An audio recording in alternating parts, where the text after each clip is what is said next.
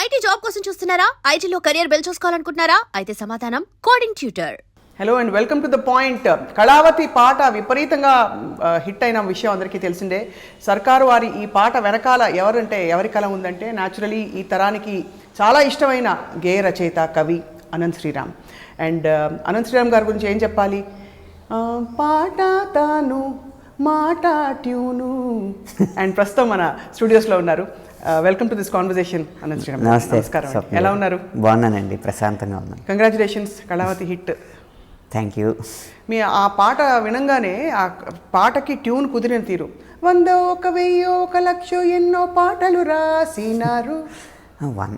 1000 వరకు ఓకే అండి, 1,00,000 రాయలేదు. 1,00,000 రాయలేదు. 1,00,000 కూడా ఎంతకాలం పడుతుంది కానీ ఒక 10 జన్మల్లో అయిపోతాయండి.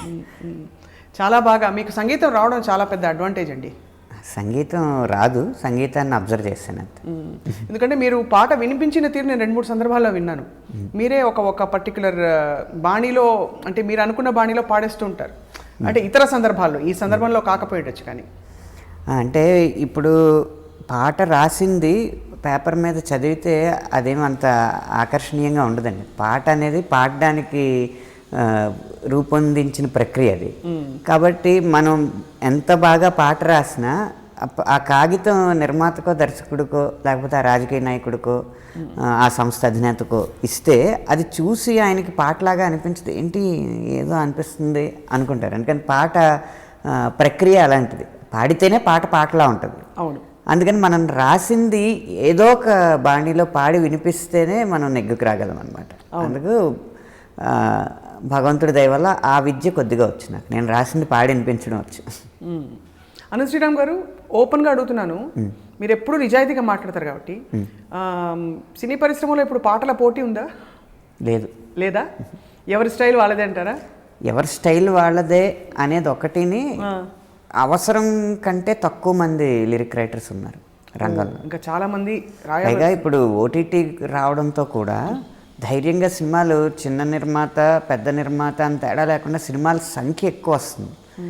250 పైచిలుకు సినిమాలు. పైగా లిరిక్ రైటర్కి ఒక్క తెలుగులో నేరుగా తీసిన సినిమాలే కాదు కదా, అనువాద చిత్రాలు ఉంటాయి, ద్విభాషా చిత్రాలు ఉంటాయి, అన్నిటికీ పని ఉంది. కాబట్టి మీకు అలా చూసుకున్నా నేను చెప్పే చాలా తక్కువ లెక్క. 250 దాటే సినిమాలు ఉంటాయి, అంటే 1000 దాటే పాటలు రావాలి. నేను గమనించిన దాంట్లో బాగా బిజీగా ఉన్న రైటర్ 7 పాటల కంటే ఎక్కువ రాయలేడు నెలకి. ఎందుకంటే పాట రాయడం అంటే మనం రాసిచ్చేసింది అదిగో పాటను పంపడం కాదు కదా, దర్శకుల దగ్గర తర్జన భర్జనలు పడాలి. దర్శకుడికి నచ్చింది సంగీత దర్శకుడికి నచ్చకపోవచ్చు, సంగీత దర్శకుడికి నచ్చింది కథానాయకుడికి నచ్చకపోవచ్చు, వీళ్ళు ముగ్గురికి నచ్చింది నిర్మాతకు నచ్చకపోవచ్చు. వీళ్ళందరూ వింటారా? అందరూ ఉంటారు కదా. మరి కళావతి పాట అందరూ విన్నారా? అందరూ విన్నారు, అందరినీ దాటుకుని వచ్చింది ఈ పాట. ఒకసారి మరి కళావతి కథ చెప్పరా? కళావతి కథ అంటే ఏం లేదండి, అంటే ఇది కొంచెం ఒక రకమైన సాహసం అన్నమాట. సాధారణంగా ఇప్పుడు మహేష్ బాబు లాంటి అందగాడు సూపర్ స్టార్ ఒక ఇదైతే, సూపర్ స్టార్లు ఉన్నారు కానీ అందగాడైన సూపర్ స్టార్లు చాలా అరుదుగా ఉంటారు కదా. అలాంటి అందగాడు అమ్మాయి వెనకాల పడ్డం అనేది అంతగా అంగీకరించలేని విషయం. అవును కదా. అది నెగ్గుకు రావాలంటే చాలా కష్టం అండి. అయితే మేము ఇక్కడ చెప్పింది ఏంటంటే, ఆ పాత్ర ఎలా ఉంటుందో అలా రాసేయడమే మంచిది, ఇమేజ్ని దృష్టిలో పెట్టుకోకుండా అనేది ఒకటి. అది కాక ఇప్పుడు సూపర్ హీరో అని ఎవరిని అంటారు? సాధారణంగా మనుషులు చేసేదానికంటే భిన్నంగా చేయగలిగేవాళ్ళు సూపర్ హీరోలు కదా. మామూలుగా సమాజంలో అంత అందగాడికి అమ్మాయిలు వెనకాల పడాల్సిన అవసరం ఉండదు. లేదులేండి, గుణం కూడా ఉంటుందిగా, కానీ సినిమాల్లో ఉండకపోవచ్చు. గుణం అనేది పరిచయం అయిన తర్వాత. అవును, పరిచయానికి ముందు మొదటి ఆకర్షణ అనేది అందం కదా. అమ్మాయిల వెనక పడే అవసరం ఉండదు అంత అందగాడికి. కానీ అంత అందగాడే అమ్మాయిల వెనకాల పడుతుంటే అమ్మాయిలందరికీ ఎంత బాగా అనిపిస్తుంది. అదనమాట, ఆ లాజిక్తో నెగ్గుకొచ్చాం.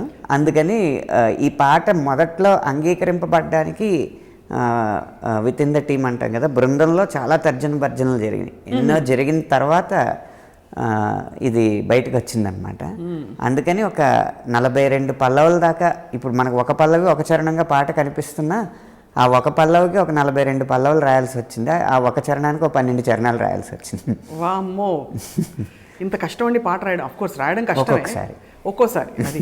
కానీ అంటే ఎలాంటి స్పెసిఫికేషన్స్ వచ్చాయి మీకు? ఫర్ ఎగ్జాంపుల్ ఇప్పుడు టన్ టన్ టట టన్ టన్ టట టన్ టన్ టన్ తక్కదిమి తక్క అని లిరిక్ ఇచ్చి, అది మన రిథమ్ ఇచ్చి ఆ ట్యూన్ తన్న తన నన్న తన నన్న తన నన్న తానా నే నాన్న అన్న ట్యూన్కే రాశాను. అయితే అక్కడ ఏంటంటే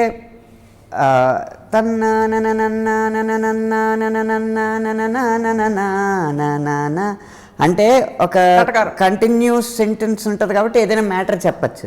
తన్న అయిపోయింది, అది ఎంచుకోవడం కష్టం అనమాట. అందుకని అంకెలు ఎంచుకున్నాను. 100 1000 1,00,000 మెరుపులు మీదికి దూకినాయా ఏందే నీ మాయా. అబ్బా అప్పుడు దాని అడ్వాంటేజ్ ఏంటంటే 100 అనేది ఊపిరి ఆపి పాడచ్చు, ఊపిరి ఆపకుండా పాడచ్చు. 100 1000 1,00,000 మెరుపులు మీదికి దూకినాయా అన్న అర్థం మారదు. 100 1000 1,00,000 మెరుపులు మీదికి దూకినాయా అన్న కూడా అర్థం మారదు. అంత సమతుల్యత పాటించాలి రాసేటప్పుడు. మీరు 41 పల్లవులు ఇంకా విడుదల చేయలేదు కాబట్టి వాటిలో ఏదైనా ఒక పల్లవి మాకు వినిపిస్తారా? ఇదేంటంటే ఇప్పుడు 20 మిలియన్లు వినేసి 20 మిలియన్ల మంది విన్న తర్వాత ఈ పల్లవ తర్వాత ఇంకో పల్లవి చాలా ఆర్డ్గా వినిపిస్తుంది అనమాట. రైట్. అదే ముందు రిలీజ్ అయ్యి ఉంటే ఆ పల్లవి బాగుండేదో తర్వాత విషయం. మీరు సడన్గా అడిగారు కాబట్టి ఇప్పుడున్న సౌలభ్యం ఏంటంటే చాట్లు, డైరెక్టర్ గారి చాట్లలో వరుసగా తీసుకుంటే ఏదో ఒకటి దొరుకుతుంది. ఎల్ల నిదరెల్ల కుదురెల్ల నువ్వు కుదిపేస్తివే గుండె నిల్ల సోడా బాటిల్ల మల్ల బతుకెల్ల నిలువెల్ల నువ్వు నమిలేస్తివే చూపు నిల్ల ఆట నూడిల్ల అలా ఉంటుంది. భలే ఉంది. కానీ అదే తమిళ మలయాళం పాటలా ఉంది. ఎనక రొంబ మరి సౌండ్ మార్చాలంటే అలా కొత్త సౌండ్ తీసుకురావాలంటే అలాంటి ప్రయోగాలను చేయాలి కదా. అవును. ఇంతకీ మహేష్ బాబు గారు ఏమన్నారు ఈ పాట విని? మహేష్ బాబు గారు, నాకు ఈ సీన్ అనేది మీరు క్రియేట్ చేసింది, డైరెక్టర్గా మీరే జడ్జిమెంట్ తీసుకోండి, మీరు ఏం చెప్తే అది చేస్తానన్నారు. ఆయన వినలేదా? విన్నారు. విని ఏమన్నారు? విని రికార్డ్ అయిన తర్వాత షూటింగ్ అప్పుడు చాలా బాగుంది, కానీ ఈ పాట జడ్జిమెంట్ మాత్రం డైరెక్టర్గా మీకే వదిలేస్తున్నాను. రైట్. ఒక శ్రీరామ్ రాస్తే ఇంకో శ్రీరామ్ పాడారు, అంతేగా? అంతే. ఒక రామ్ వరకు తీసుకుంటే 3 రాములు ఈ పాటకి. అవును. సిడ్ శ్రీరామ్, అనంత శ్రీరామ్, పరశురామ్. అది అవును. సో 3 రాములు కలిసి చేసిన ఈ పాట ఇంత హిట్ అయ్యాక ముందు కొంచెం కోర్స్ మొన్న ఏదో పైరసీ అని ముందే లీక్ అయిపోయిందని రకరకాల కాంట్రవర్సీస్ వచ్చాయి. అప్పుడు మీరు ఎఫెక్ట్ అవుతుంటారా ఇలాంటి విషయాలు? శ్రీరామ్ లేదు, అసలు మనది సనాతన ధర్మం కదా, కర్మణ్యేవాధికారస్తే. అంటే అలా వదిలేస్తారు పాటని. పని వరకే చేయగలం, మిగతా మన చేతుల్లో లేవు కదా. మన చేతుల్లో లేని దానికి మనం బాధపడడమో సంతోషపడడమో కూడా చేయకూడదు. ఏమంటే పిలుపులు ఇవ్వడాలు, సందేశాలు ఇవ్వడాలు కూడా ఉండవా? ఏం చేస్తావు, సందేశాలు ఇస్తే మారే లోకం ఇది. చాలా తెలిసేసుకున్నారు అయితే. శ్రీరామ్ గారు, ఇందులో పెళ్లి మంత్రాలు పెట్టాలనే ఆ కాన్సెప్ట్ ఎలా వచ్చింది అసలు? అంటే అది సీన్ చూస్తే అర్థం అవుద్ది. అది పూర్తిగా మనం ఇప్పుడు లీక్ చేయకూడదు, కానీ అది దర్శకుడు ఆలోచన. కాకపోతే అది మాంగళ్యం తంతునానైనా తీసుకోవాలనేది తమన్ గారి, అంటే ఆ త్రిశ్రానికి 3/4కి ఆయనకి ఆ మంత్రం సూట్ అయింది, అది తీసుకున్నారు. సిడ్ శ్రీరామ్ గారు పాట మీరు ఆయన చాలా సందర్భాల్లో వినుంటారు. What you like about his song? మీకు ఇష్టమైన విషయం ఏంటి ఆయన పాటలో?